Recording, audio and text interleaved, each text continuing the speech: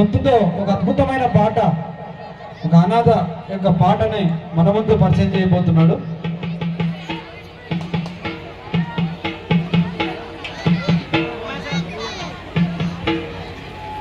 ఎవరయ్యా నువ్వు?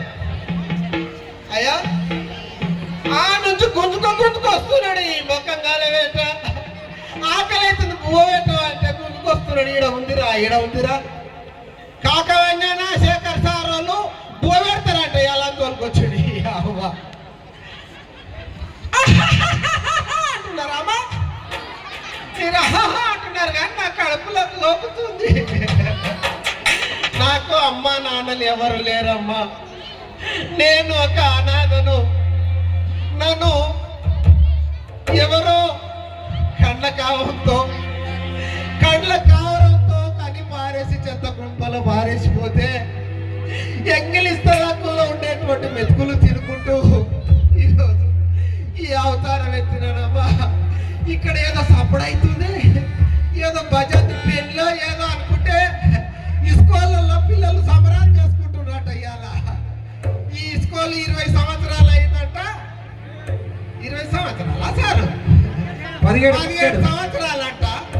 17 సంవత్సరాల నుంచి పండుగ చేసుకున్నారు కానీ నాకు ఎప్పుడు పిలిచలే. ఇప్పుడే పిలిచారు పోతారని నాకు సంతోషం అనిపించింది. కానీ నా బాధ ఒక్కసారి మీ అందరికి చెప్తా వినండమ్మా. అనాథనో అమ్మా, అనాథనో నేను, ఆగమైన చిన్ని అనాథను. వెన్నెలమ్మా వెన్నెలమ్మా నన్ను ఎత్తుకొని జోల పాడాలమ్మా. అనాథను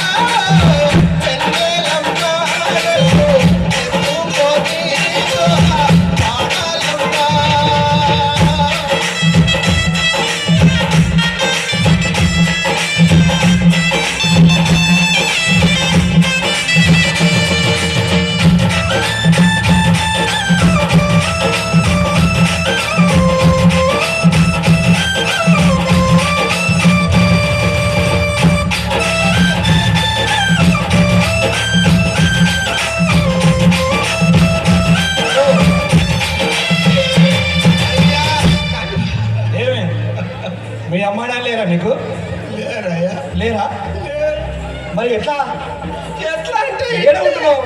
ఇట్లే ఆడంటే ఆడే కానీ పారేసేటి వాళ్ళకు కనవద్దని చెప్పుకున్నా పాపము మీరు చేస్తే శోకము నాకు మిగిలే మనమంతా అనుకోవాలి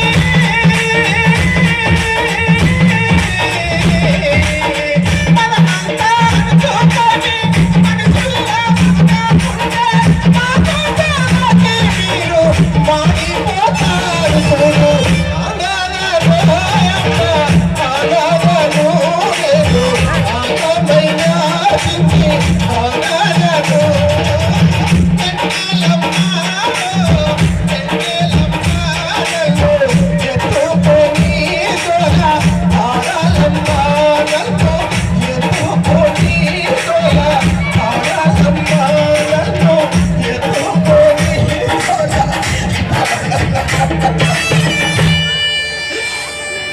అమ్మా మీకు అందరికి నమస్కారం.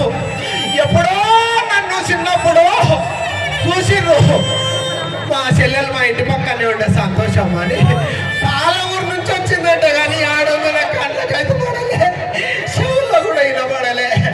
పెళ్లి చేసి పంపించారంట అప్పుడు ఇద్దరు పిల్లమ్మ కూడా వచ్చిరంట కానీ ఆడ కూర్చున్నారు. అమ్మా నన్ను ఇట్లా వాళ్ళకరించి మీతో పాటుగా నన్ను దొరికిపోయిందా మీరు తిన్నప్పుడు నాకు ఇంత ఇక్కడ పోయి పెట్టాలి మళ్ళీ ఇల్లు పెడతారో లేదో పోతా ఎక్కడ పోతాయా వాళ్ళ పిల్లగాడు వచ్చిందంట నడిచిపో ఎవరు దొరకపోతున్నారయ్యా